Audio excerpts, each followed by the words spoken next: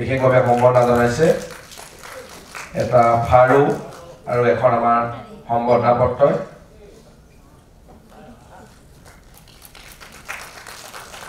ইয়াৰ পাছতে মই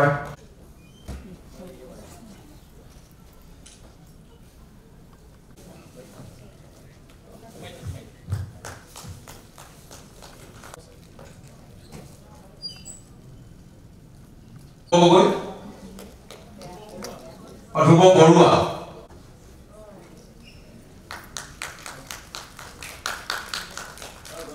এয়া আমাৰ দীপজ্যোতি দেউৰা যুটীয়া সম্পাদক আৰু এয়া আমাৰ দুলাল গোহাঁই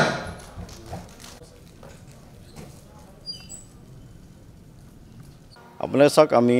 2012 চনৰ পৰাই গুৱাহাটীত লাচিত দিৱস উদযাপন কৰি আহিছোঁ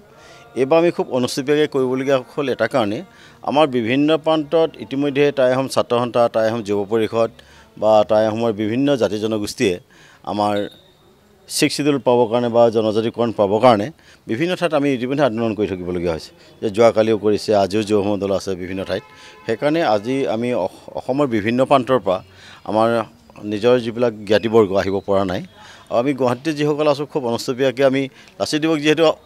আজি 24 নৱেম্বৰত হ'বই লাচিত দিৱস আমি উদযাপন কৰিবই লাগিব অসমৰ কোনে লাচিত দিৱস উদযাপন কৰে কোন জাতিয়ে কৰে সেইটো আমি কোনো জ্ঞাত নহয় আচলতে আমি লাচিত বৰফুকন অসমৰ এজন বীৰ অসমৰ মহান এজন ব্যক্তি আৰু লাচিত বৰফুকন নোহোৱা হ'লে হয়তো আমি নিজকে অসমীয়া বুলি চিনাকি দিব নোৱাৰিলোহেঁতেন অসম বুলি শব্দটো লিখিব নোৱাৰিলোহেঁতেন সেইকাৰণে আমি আজি প্ৰতি বছৰে আমি লাচিত দিৱস উদযাপন কৰি আহিছোঁ আৰু অহা বছৰ ঠিক আজিৰ দিনটোতেই 24 নৱেম্বৰ দিনটোতে আমি লাচিত দিৱস উদযাপন কৰিম আৰু সকলো ৰাইজৰ সহযোগিতা আমি নিশ্চয় কামনা কৰিছোঁ